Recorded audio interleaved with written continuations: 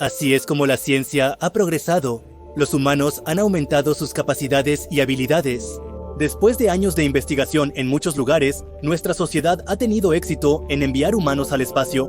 Hoy en día hay muchas personas interesadas en explorar el espacio, pero la exploración espacial es un trabajo muy riesgoso. Aquí, si un accidente ocurre allí o debido a alguna razón su cuerpo tampoco se recupera.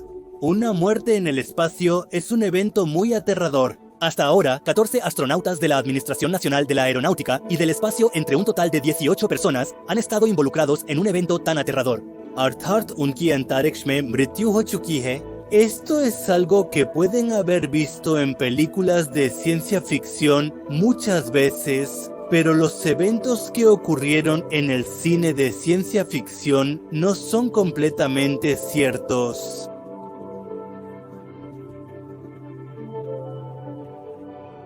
उसकी मौत लगभग तय हो जाती है और use बचाना लगभग नामुमकिन हो जाता है. या तो आप जानते ही होंगे कि बिना स्पेस सूट के स्पेस के संपर्क में रहना हमारे इंसानी शरीर के लिए बिल्कुल भी अच्छा नहीं होता है. ऐसे में क्विंचे सेकंड के अंदर ही उस इंसान का होश खो जाता है और लगभग 1 मिनट के अंदर ही उस व्यक्ति की मौत हो जाती है. और यह मौत काफी ज्यादा दर्दनाक होती है और भयानक भी. लेकिन अगर यूएस व्यक्ति ने स्पेस सूट पहना भी हुआ है और उसके स्पेस सूट में कोई गड़बड़ भी नहीं है, और अगर ऐसी सिचुएशन में अगर वह व्यक्ति अंतरिक्ष में खो गया है तो वो कुछ घंटों तक तो आराम से जिंदा रह सकता है, लेकिन ये कुछ घंटे उसके लिए इतने आसान नहीं हैं होने वाले. सबसे पहली बात तो ये कि अंतरिक्ष एकदम खाली होता है. पूरा वैक्यूम मतलब अंतरिक्ष की डेंसिटी ना के बराबर होती है. आप ये कह सकते हैं कि वैक्यूम में ना तो हवा होती है और ना ही मैटर. इस वजह से साउंड भी स्पेस में ट्रेवल नहीं कर सकती. मतलब कि आप जब अंतरिक्ष में खो गए होंगे तो आप हेल्प के लिए चिल्ला भी नहीं सकते, क्योंकि ना तो आपके आवाज कोई सुन सकता है और ना ही आप किसी की आवाज को सुन सकते हैं. और सबसे बड़ी बात तो यह है कि अंतरिक्ष में बहुत ही गाढ़ रेडिएशन होता है और आप कभी भी इस रेडिएशन का शिकार बन सकते हैं. Pero esto depende de dónde te encuentres. Si estás cerca de una fuente de energía como el sol, te verás afectado inmediatamente por su radiación dañina. लेकिन अगर आप किसी ग्रह या किसी और सेलेस्टियल ऑब्जेक्ट के शैडो में हैं, तो ऐसे में आप बहुत ही तेज ठंड का शिकार हो जाएंगे. En el espacio también orbitan muchos meteoroides. और ऐसा भी हो सकता है कि कोई उल्का या फिर कोई छोटा मोटा ऑब्जेक्ट आपसे आकर टकरा जाए और आपको हानि पहुंचा दे, और या फिर ये आपके स्पेस सूट को दामगे कर दे. स्पेस एक ऐसी जगह है जहां आप कभी सुरक्षित महसूस कर ही नहीं सकते.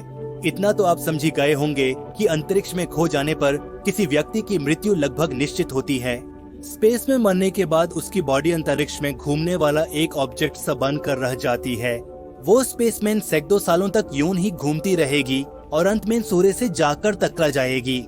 लेकिन लाशों के ऐसे अंतरिक्ष में तैरते रहने का वो मंजर कितना भयानक होगा, सोचकर ही डर लगता है.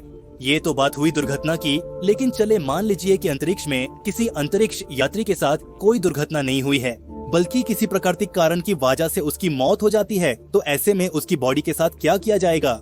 हालांकि किसी स्पेस मिशन के दौरान किसी की प्राकृतिक मौत होने के बेहद कम चांसेस होते हैं, क्योंकि मिशन से पहले अंतरिक्ष यात्रियों को लगभग हर परिस्थिति के लिए तैयार किया जाता है.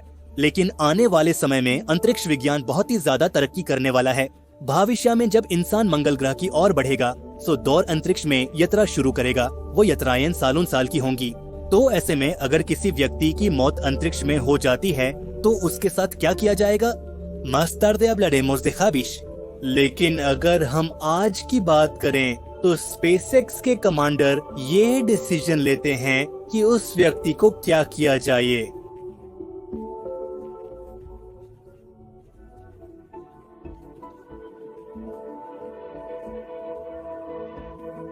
En tal situación, no sería apropiado mantener el cuerpo en la estación espacial. और अगर उसकी बॉडी को वापस धरती पर ले जाए तो ये भी आसान नहीं होगा.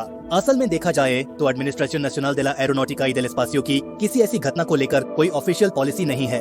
अंतरिक्ष में 213 दिन तक रहने वाले एक अमेरिकन एस्ट्रोनॉट टेरी विट्स, जिन्होंने काफी समय तक एस्टेसियोन स्पेशियल इंटरनेशनल में काम किया है, जब उनसे ये पूछा गया कि एस्टेसियोन स्पेशियल इंटरनेशनल में मरने वाले लोगों की डेड बॉडीज के साथ administration national de la Aeronáutica y del Espacio क्या करता है, तो उनका जवाब ये था: hice bastante entrenamiento médico para salvar personas, pero no para esto.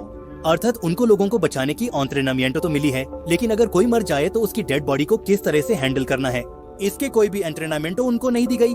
जैसे कि हमने आपको बताया कि आने वाला समय स्पेस ट्रैवल का होने वाला है, जहां पर अंतरिक्ष यात्री सुदूर अंतरिक्ष की यात्रा भी करना शुरू करेंगे।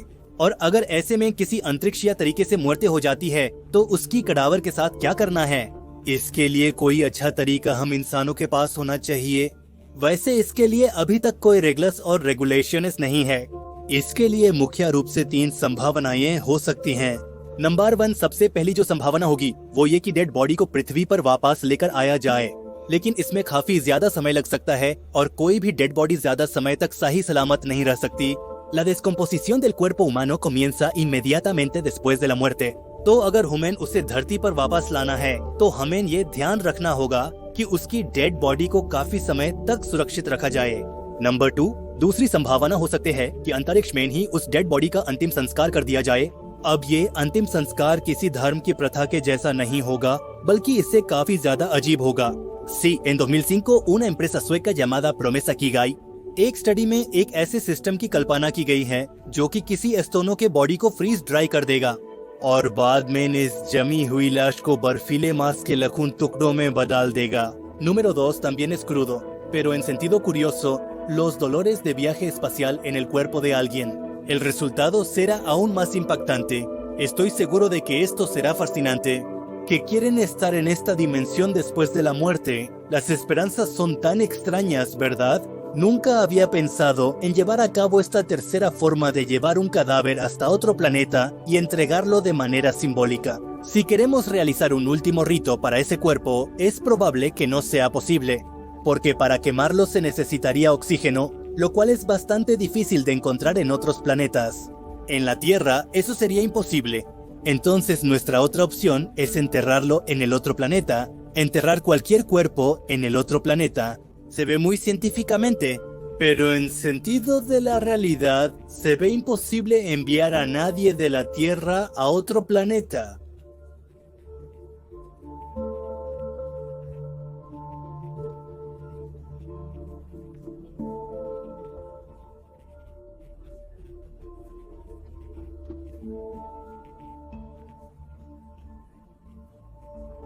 La vida es maravillosa con música y conciencia, pero en un futuro cercano quizá no podamos realizar una excavación tan técnicamente avanzada. De esta manera podemos evitar el ataque de un cáncer durante largos viajes espaciales y mantenerlo con vida incluso durante años, convirtiendo así al cáncer en algo inofensivo. En este video aprendimos qué sucede si alguien muere en condiciones extremas y qué sucedería con su cuerpo. También aprendimos qué medidas se pueden tomar si un accidente natural ocurre en el espacio.